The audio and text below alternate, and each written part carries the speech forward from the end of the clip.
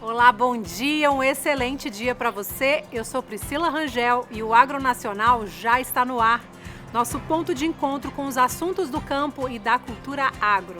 A gente continua falando sobre cultivos típicos da região norte, mas hoje no Repórter Rural, a jornalista Cissa Ramalho mostra a maior feira livre a céu aberto da América Latina.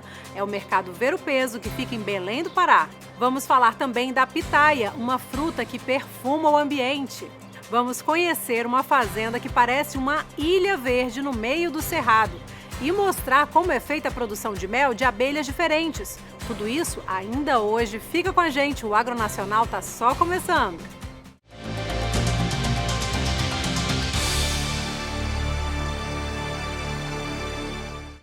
Hora de conhecer um mercado que é da época do período colonial brasileiro. Foi construído em Belém em 1625.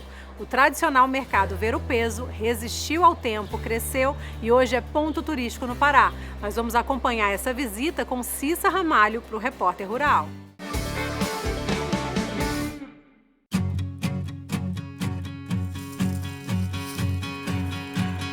A produção de agricultores do Pará, como a do seu Hélio, na região de Capitão Poço, e a do Jailson, em Tomé Açu, pode ser encontrada em Belém, no tradicional mercado Ver o Peso.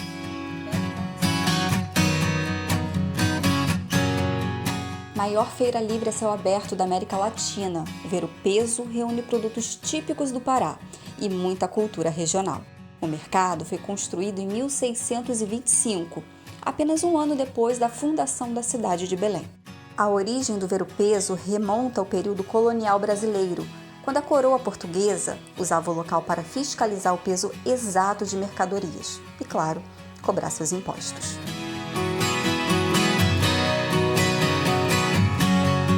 Às margens da Baía do Guajará, o Ver o Peso já faz parte da história e da cultura paraense. Um dos mercados mais antigos do Brasil, ele foi eleito uma das maravilhas do país e tombado pelo Instituto do Patrimônio Histórico e Artístico Nacional, o IPHAN. Além da feira aberta, o complexo arquitetônico conta com uma série de construções históricas, como o Mercado de Ferro, onde são vendidos peixes típicos dos rios da região. A estrutura de ferro foi trazida da Europa no período em que a borracha era comercializada da Amazônia para todo o mundo. O estilo Art Nouveau marcou o fim do século XIX.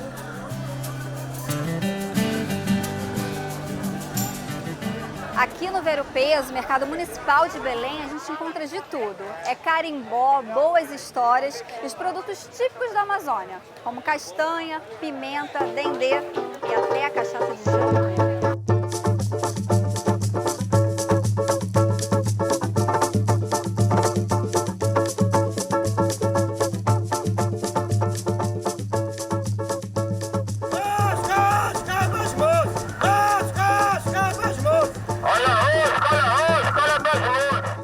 São aromas e sabores da Amazônia, como o caldo de tucupi, usado para fazer um dos pratos típicos do Pará, o famoso tacacá.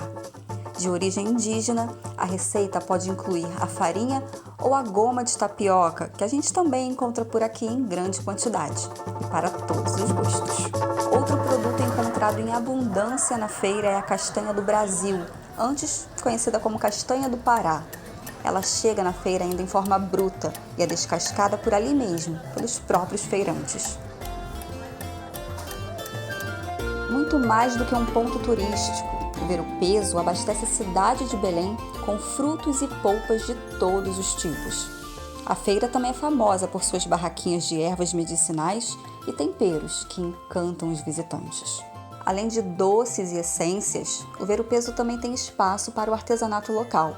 Vários feirantes do mercado mostram a variedade e a riqueza da arte e da cultura indígena.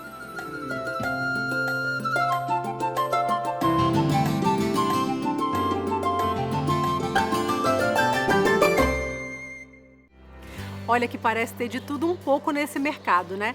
Mas será que tem também a fruta dragão? Esse é o outro nome dado à pitaia, fruta saborosa, colorida e até exótica, que floresce e frutifica com o sol. A região sul de Santa Catarina é responsável por 90% da produção estadual da pitaia. Dá só uma olhada. A pitaia, uma fruta exótica originária da América Central, ganha a cada ano mais espaço na fruticultura de Santa Catarina. A região sul é responsável por mais de 90% da produção estadual. Com a cadeia produtiva cada vez mais forte e organizada, as famílias agricultoras veem a fruta como uma alternativa de renda. Na propriedade da família Ricken, em Forquilinha, o pomar com 2.400 plantas já tem 5 anos. Na safra passada, a família colheu 20 toneladas de pitaia.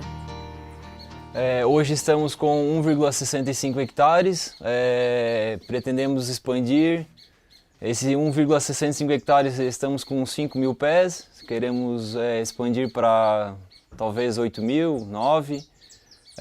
Iniciar um pouco com o processamento da fruta, diversificar o mercado, né? Não só consumo, in natura, e as perspectivas são boas.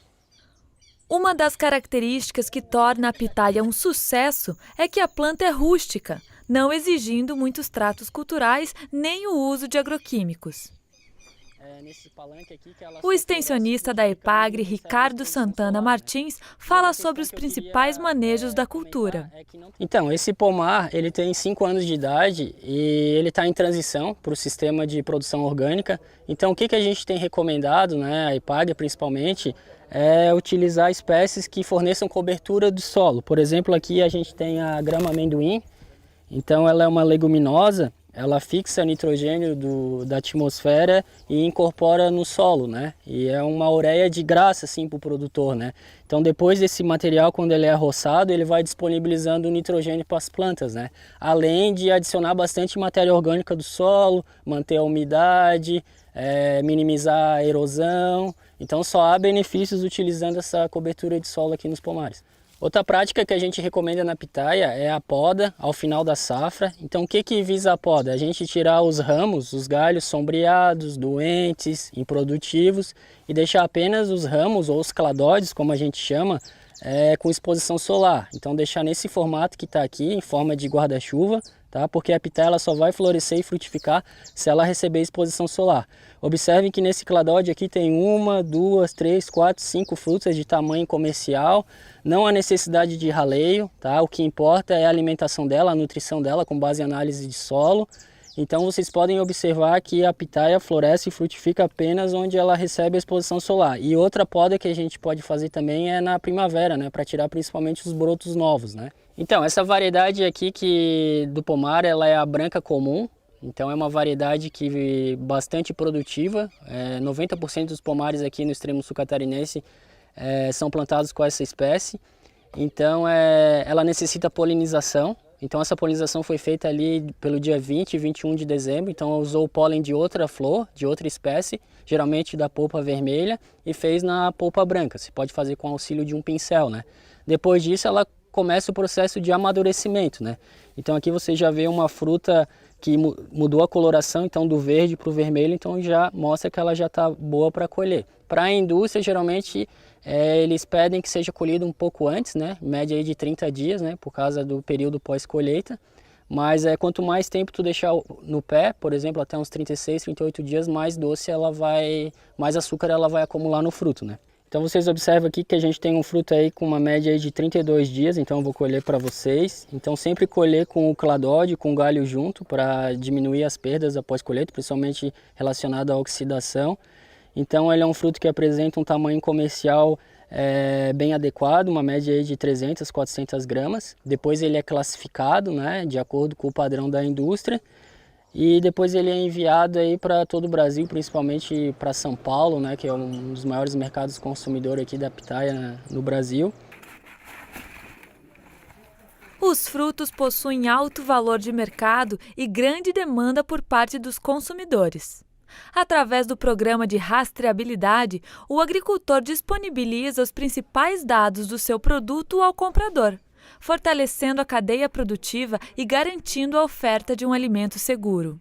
Então o consumidor chegando até o mercado, ele com um leitor de QR Code em seu smartphone, ele pode então escanear esse QR Code e a partir dessa leitura ele pode ter acesso a algumas informações, principalmente da onde que foi produzido, ou seja, a comunidade, o município, né, onde foi produzido aquele fruto, e ainda tem acesso obviamente, a localização e, se quiser e tiver interesse, a curiosidade de ir lá conhecer aquele produtor que realizou a produção daquele fruto ou daquela hortaliça.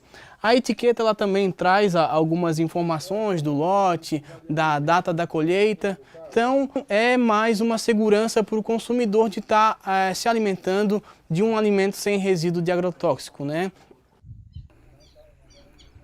A família Ricken está buscando a certificação de produção orgânica pela rede Ecovida. O selo de orgânico, nós estamos procurando ele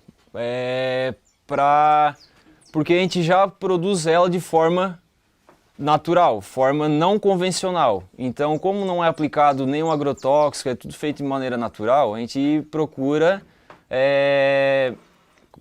esse selo, que é o que vai dizer o que realmente a lavoura é, que ela já não tem nada de químicos. Então, a gente está procurando só colocar no papel isso, né? Eu adoro trabalhar com pitaia, gosto demais. Se puder, eu vivo o dia inteiro aqui dentro da propriedade. Na época de flores, é muito gostoso ficar aqui, porque perto da noite a gente começa a fazer a polinização e a hora que as flores estão abrindo, solta um perfume muito gostoso. Encanta. Agora a gente faz um rápido intervalo, mas no próximo bloco você acompanha o trabalho de integração dos setores em uma fazenda no Cerrado. Você vai ver ainda como um apicultor protege suas abelhas de inimigos naturais. Fica com a gente, nós voltamos já.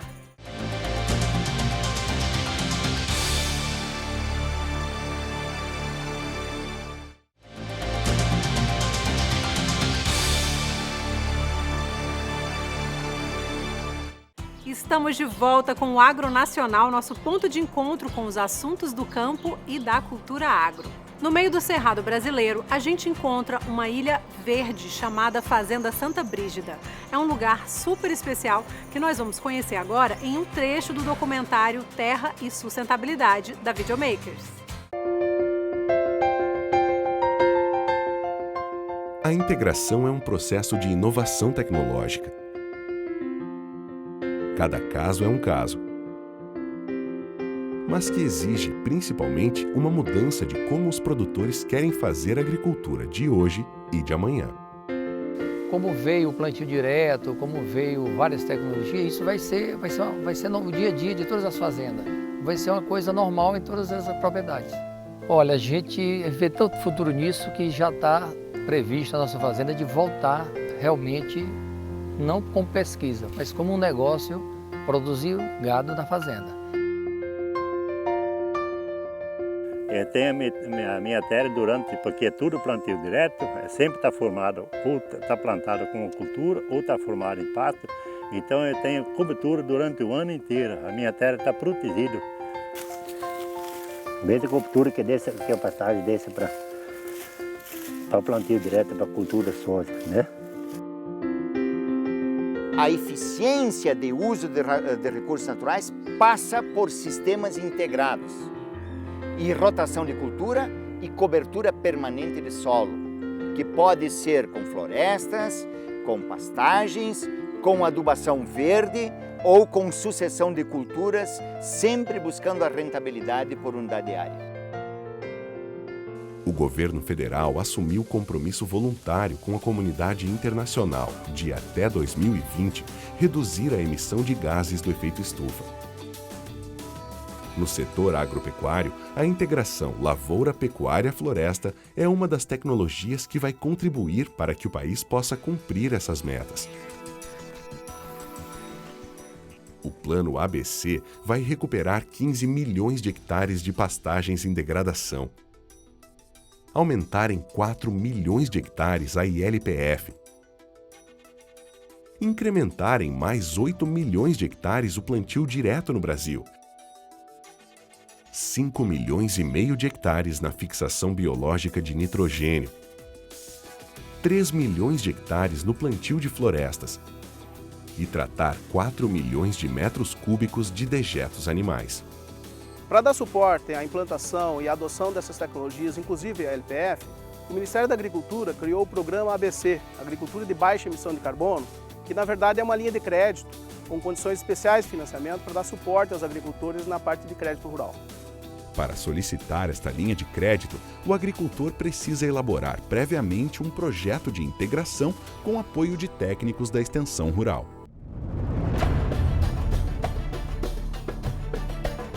Em menos de 3 décadas, o Cerrado transformou-se na principal área agrícola do país.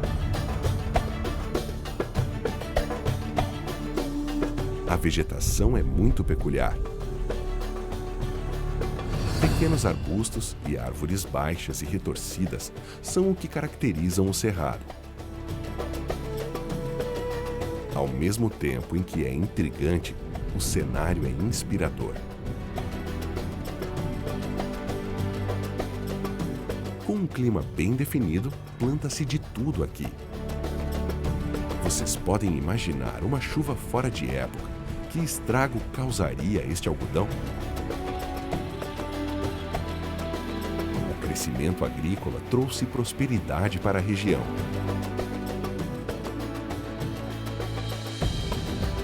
Mas também gerou impactos ambientais.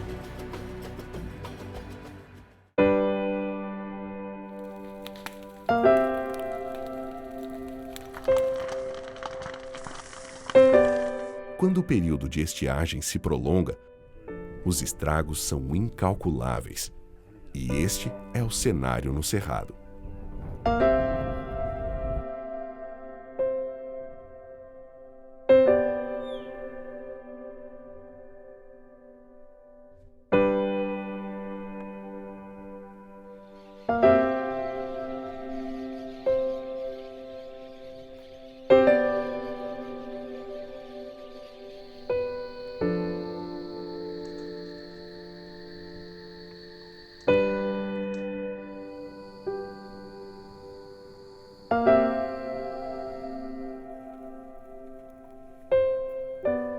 Estes animais estão pastando em uma área integrada com lavoura e que não vê chuva há mais de 6 meses. Eles fazem parte do plantel da Fazenda Santa Brígida, em Ipameri, Goiás.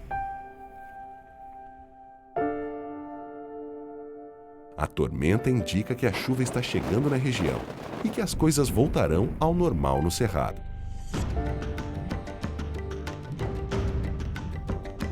Hoje, a Fazenda Santa Brígida é modelo e referência de produtividade para o Cerrado e para o Brasil. Hoje, praticamente toda a área de agricultura da fazenda, 600 hectares, ela é integrada com lavoura pecuária. E já uns 50 hectares já está com integração lavoura pecuária e floresta. É chegar em 100%. Mesmo no auge da seca, a propriedade é uma ilha verde no meio do Cerrado. Estas imagens traduzem o que é o sistema. Em agosto foi realizada a colheita do milho e a produtividade média foi de 164 sacas por hectare. Em janeiro, 6 meses depois, na mesma área, o gado já estava pastejando.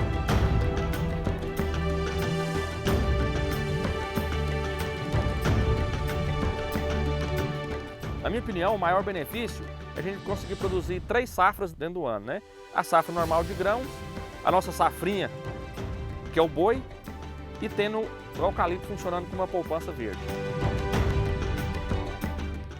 E fica o nosso agradecimento especial a Videomakers, que nos cedeu trechos desse documentário. E agora a gente vai conhecer um apicultor da região sudoeste de Goiás. Ele cria abelhas e chegou a inventar um gaiolão para protegê-las dos inimigos naturais. A nossa próxima parada é na região sudoeste do estado de Goiás. Nesta fazenda, em Rio Verde, o apicultor criava 2 espécies de abelhas, as com e sem ferrão. A produção começou aos poucos. As primeiras colmeias eram em casa e depois de uma junção com um amigo, foram levadas para a zona rural. Eu falo que é as abelhas que nos escolhem. Eu peguei uma jataizinha debaixo de uma tampa de uma panela, transferi ela para uma caixinha racional e desse momento para cá fui me apaixonando cada vez mais. Hoje eu tenho em torno de 400 colônias de abelha sem ferrão e 30 colônias de abelha com ferrão, que é a europeia. Lá eram todas abelhas jataí.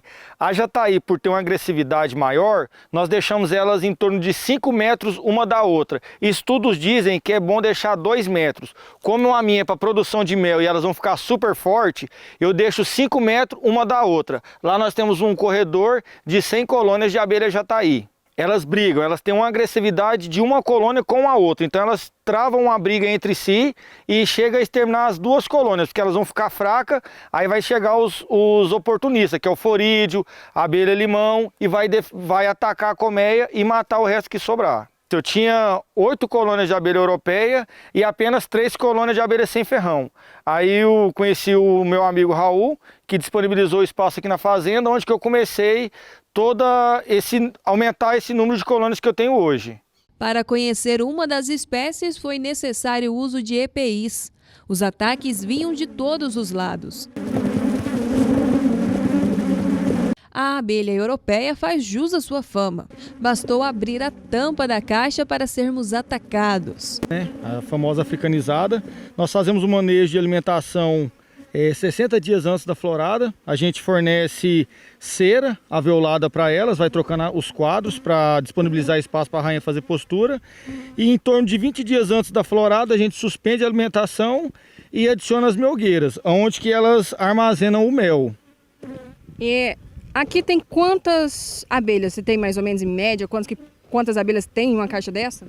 Essa caixa tá ninho e melgueira. Uma caixa dessa tem aproximadamente 70 a 80 mil indivíduos. Uma rainha e em torno de 400 zangões. Agora, se ela tivesse ninho e sobreninho, ela teria em torno aí de 100 a 120 mil indivíduos. Como é que é a produção dessa daqui? Essa colmeia ela produz em torno de 35 a 40 quilos de mel ano. A média brasileira são 25 quilos. Como agora teve uma queda muito grande, teve a geada, então a florada vai ser menor esse ano, a gente está estimando aí entre 35 e 40 quilos de mel por colmeia. Bom, um pouco diferente das outras que a gente viu ali, a gente teve que se trajar todo, né? Um manejo técnico muito importante. Isso, e são os equipamentos de segurança. A europeia pura não precisa de equipamento de segurança, mas nós não temos ela mais no Brasil. Depois que o professor Kerry trouxe as africanas da África, a gente tem que usar esse equipamento de segurança, porque a agressividade delas é muito grande e como a gente tem um grupo de abelhas do lado, quando começa um ataque, as outras também vêm para a briga. Então o risco é muito grande. De forma alguma manusear essas abelhas sem os EPIs. A produção acontece de duas formas, no estilo tradicional com favos de mel em caixas ou em pequenos potes. Assim que ficam cheios, é só retirar e fechar para comercialização. Madeirite, fazemos o furo nele, pegamos o vidro e colocamos uma lâmina de cera no vidro. E depois colocamos o vidro aqui de cabeça para baixo. Colocamos uma tela excluidora para evitar que a rainha suba para fazer postura. Para que a gente evita que ela suba? Para os quadros ficar sempre branquinho. Olha como que esses favos estão clarinho. Se a rainha fazer postura, eles vão ficar um pouco mais escuro. Aí comercialmente não fica legal para venda. Aí como que a gente faz para que isso fique escuro? Nós colocamos uma melgueira vazia, sem quadro. E daí então nós colocamos a tampa. Com isso vai simular uma colmeia normal. Dessa forma as abelhas entram, fazem o mel dentro do favo, depois nós retiramos as abelhas dentro do favo, fechamos o vidro e posteriormente colocamos o mel líquido dentro do vidro. Fernando possui cerca de 400 espécies de abelhas sem ferrão. As caixas foram produzidas de acordo com as necessidades de cada colmeia. E para aumentar a produção dessas abelhas, o apicultor criou um gaiolão. pelas abelhas sem ferrão não ter defesa, elas não podem ficar simplesmente na natureza, de pendurada numa árvore, porque pode vir um macaco, um guaxinim, um tamanduá-bandeira e danificar. Então eu bolei a estrutura de gaiolão. Ao fundo eu fiz o primeiro e depois eu fiz esse aqui, que é uma estrutura onde que a gente tem uma porta para entrar, é claro, e as abelhas ficam lá dentro, de forma que proteja ela de inimigos naturais. Não importa se tem ou não ferrão, a qualidade do mel foi aprovada por todos, inclusive por mim. Cá entre nós, viu? É uma delícia. E por hoje o programa fica por aqui, mas já temos nosso encontro marcado, porque o Mundo Agro passa pela tela da TV Brasil. Eu sou Priscila Rangel e desejo a você um excelente dia. Tchauzinho!